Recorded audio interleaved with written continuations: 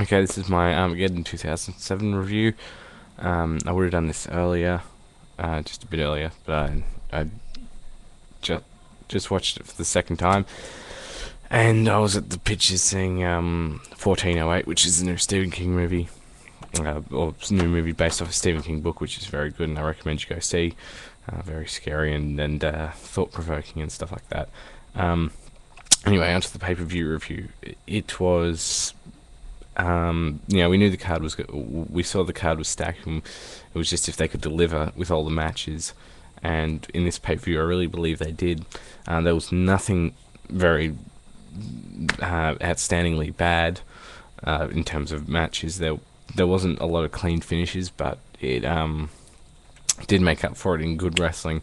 There was nothing in my opinion that was over 4 stars, but still a lot of solid wrestling. Start off with MVP versus Ray, which would have been 2.5 star match, which is a 2.5 star match by my rating system, and I would have given it half a star more, maybe even a little bit more than half a star more if it had a clean finish, which it didn't.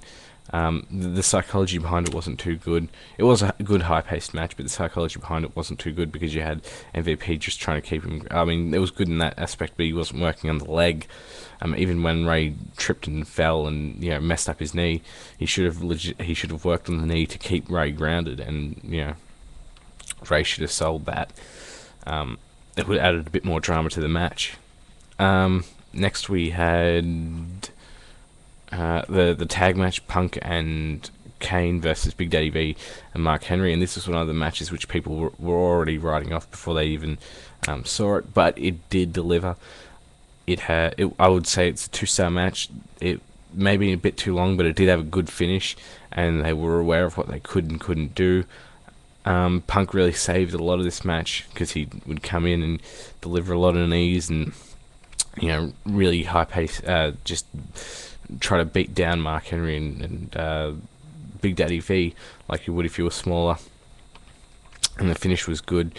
You thought, oh, Matt Striker's going to screw him, and he kicked him down, and then went to do an aerial attack on Big Daddy V, but he caught him and put him into hit him with a Samoan drop. So had a good finish. I mean, wasn't the best match, but it is passable. So I give it 2 stars.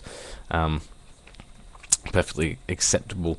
The next match we had was HBK versus Mr. Kennedy, and this was a good match. It was an alright match. Had a good finish. There were a bit of pacing problems, I feel, but overall it was a good match. And HBK got a clean finish in a match where I didn't expect him to get a clean finish. But the feud will be continuing. You had HBK playing the more reserved wrestler, and Mr. Kennedy being more aggressive because he's younger and he's really trying to get to Shawn Michaels. So the psychology behind it was good, and I give it 3.5 stars. Next match was Triple H versus Jeff Hardy. This may have been match of the night. I would give it given it 4 stars if the crowd reaction was good, but the crowd did get confused because Triple H was playing a veteran, and he was grabbing the ropes and he was trying to get Jeff, and they didn't really know what to think of it, obviously, and so they were a lot quieter than they should have been because it was a very exciting match. And Jeff Hardy did botch a move where he runs along the guardrail and jumps, but Triple H did pick it up well, so it did look really good, and it really sold the fact. I'm pretty sure that it was a botch, but it did also help sell the fact that Jeff Hardy was younger and Triple H was the veteran. So I give that 3.75 stars. Only it's only losing 1/4 of a star because of crowd reaction, maybe half a star. The next match was Finlay versus Khali, and this was the second match everyone was writing off, saying this is going to be terrible, and it really wasn't that bad. I'd give it 1.5 stars, but it wasn't too long. It was about 7 minutes long, every other match except for the women's match was about over 10 minutes. So you can really rate it in terms of length. They gave it a good time, and it was very good because you had Finlay doing the right thing, and Khali actually looked like he was putting in a bit of effort. he did a scoop slam, which was amazing. But yeah, it was really good. Really good for a Khali match. Finlay did what he could, and the finish I thought was pretty cool, because you had, Khali pull the thing off, and you think, oh, well, now Finlay's going to grab the shillelagh and hit Khali with it.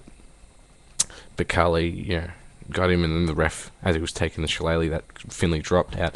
Hornswoggle came in, so that was pretty decent. It was a pretty good ending as well. The next match was Chris Jericho versus Randy Orton, and this would be a 3 3/4 star match for me. I did mark out for a couple times, thinking Jericho might win the title, especially when Randy Orton went for the RKO and Chris Jericho did the lion salt.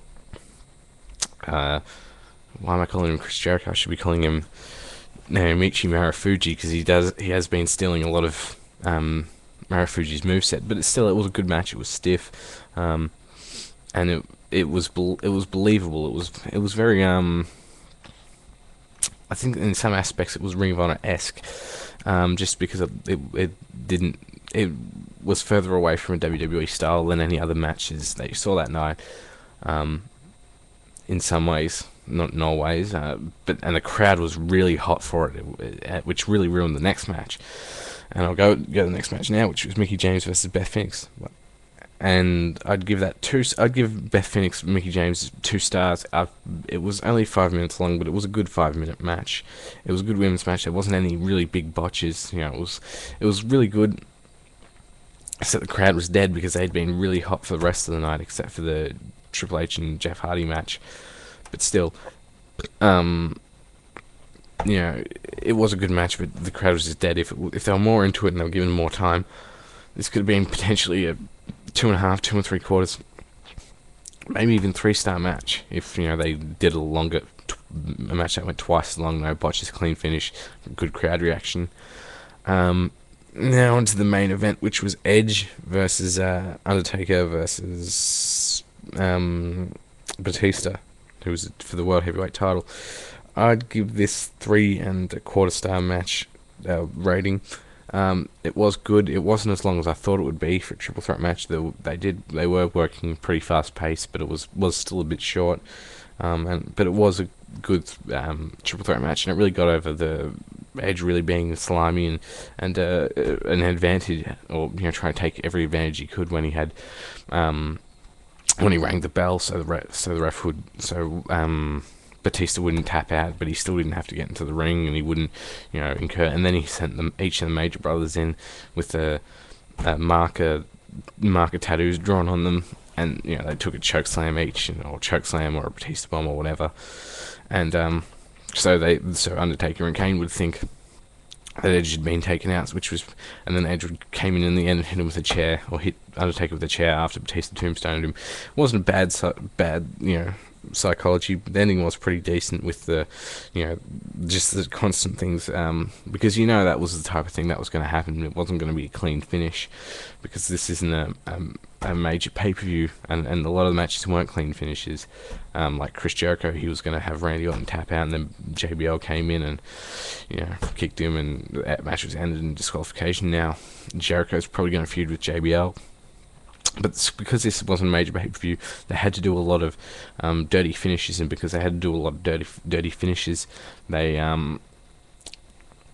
had to think of creative ways to do all these, and they did reasonably well at it. And I think this is one of the better wrestling pay-per-views. I think probably the best pay-per-view wrestling pay-per-view WWE has put out since Backlash. I'd put it on par with Backlash, and I'd give it 7.25 rating. Good show. I recommend it. If you can order it, go for it, because there might be some matches you're interested in. And there wasn't very many in between segments, so it was very fast paced. It was just match, and with a short segment, it reminded me somewhat of Bound for Glory. So yeah, thanks for watching. Please subscribe. I'll have some more reviews up later.